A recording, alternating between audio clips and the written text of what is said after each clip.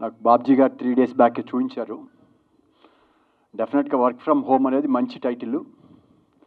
కానీ ఇప్పుడు వీళ్ళు తీసుకున్న కంటెంట్ 12 years బ్యాకే నేను దీని మీద చేసినప్పుడు బెంగళూరు వెళ్ళినప్పుడు ఇన్ఫోసిస్ అంటే లండన్లో చేసి ఎన్ఆర్ఐస్ అక్కడ ప్రెషర్ తట్టుకోలేక వాళ్ళు వచ్చేసి బ్యాక్ వచ్చి ఇన్ఫోసిస్లో వర్క్ చేస్తున్నారు.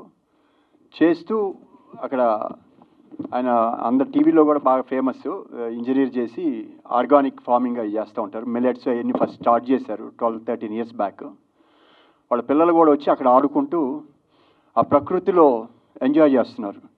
4-5 years పిల్లలు ఆ బావిల్లో దూకటం మదనపల్లి దగ్గర.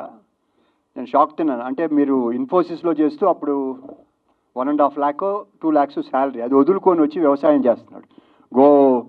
దీని ద్వారా అన్నీ పెట్టుకొని ఆర్గానిక్ వ్యవసాయం అప్పుడే బిగినింగ్ స్టార్ట్ అయింది. నేను అడిగాను ఏంటంటే, సార్ ఆ టెన్షన్స్ కన్నా ఇక్కడ ఉంటే హాయిగా ప్రకృతి చాలా సంతోషంగా ఉంటుంది అని. వాళ్ళ పిల్లలు కూడా లండన్లో చదివి ఆమె లండన్లో పుట్టిన పిల్లలు ఇక్కడ వచ్చి వేస్తుంటే చాలా ఆనందం వేసింది. అంటే టెన్షన్ లేకుండా హ్యాపీగా ఉండొచ్చు. కానీ ఇవాళ ఈ ఐటీకి వెళ్ళినాక డబ్బులు అయితే సంపాదిస్తున్నారు, హ్యాపీ లైఫ్ అనుకుంటున్నారు, కానీ రియల్ లైఫ్గా వాళ్ళు ఎంజాయ్ చేయట్లా. ఓన్లీ సొసైటీలో మనం ఏదో షార్ట్ టర్మ్ ఎంజాయ్మెంట్ ఉందో తప్పితే హ్యాపీనెస్ లేదు. డెఫినెట్గా ఈ కాన్సెప్ట్ అనేది చాలా మంచిది.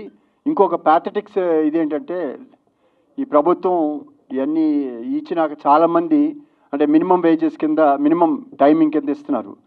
దాని ఏదో వ్యవసాయానికి కూలీలుగా తీసుకొచ్చి ఉంటే ఉపయోగపడేది. ఇవాళ వ్యవసాయం చేసేవాళ్ళు లేరు. ఫ్రాంక్గా మా చీరాల్లో కారంచేడులో మా పొలం 2 yearsగా ఎవరు చేయట్లా. నాది 20 acres బోర్ వేసి అన్నీ వేసి పెట్టాను, ఎవరు తీసుకోవట్లా, వదిలేశాను.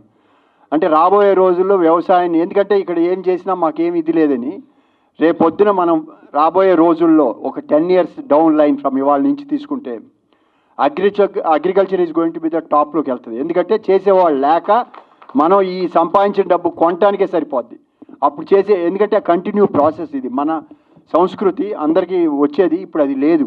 ఇప్పుడు కొత్తగా వెళ్ళాలంటే అందుకని ఇప్పుడు టూర్లు అని చెప్పి, అదే పండగలు వస్తే సాఫ్ట్వేర్ వాళ్ళు ఊర్లకు వెళ్ళి ఆడ కూర్చొని ఎడ్ల బండ్లు వెళ్ళటం, లేకపోతే దీంట్లో పొలం అవి అలా పిక్నిక్గా లేకపోతే ఒక దీనిగా చూస్తున్నారు.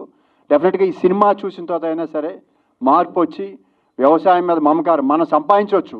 నేనేమంటానంటే, ఎవరైనా పిల్లలు మనకు పడ్డ కష్టం అని చంద్రబాబు గారు ఆ రోజున రైతులు ఎలా సఫర్ అవుతున్నారని ఎడ్యుకేషన్కి వెళ్ళమని మార్పించారు. ఇవాళ పిల్లలు బాగా సంపాదిస్తున్నారు, చాలామందికి మోజు ఉంది. దీంట్లో లాస్ అయినా సరే దీన్ని బతికించుకోకపోతే మనం చాలా సఫర్ అవుతాం. అది మాత్రం గుర్తుపెట్టుకోండి. అగ్రికల్చర్ని ఏదో రకంగా మనం సపోర్ట్ చేయాలి. రైతులకి మీరు చదువుకున్న టెక్నాలజీని ఉపయోగించి వాళ్ళకి ఈజీగా మెకానిజంగా ఎలా చేయొచ్చు, ఎక్కువ లేబర్ తక్కువ లేబర్తో చేయొచ్చు, ఇవన్నీ చేసి దాన్ని బతికించుకోగలిగితే డెఫినెట్గా మన దేశం ముందడుగులో ఉంటుంది.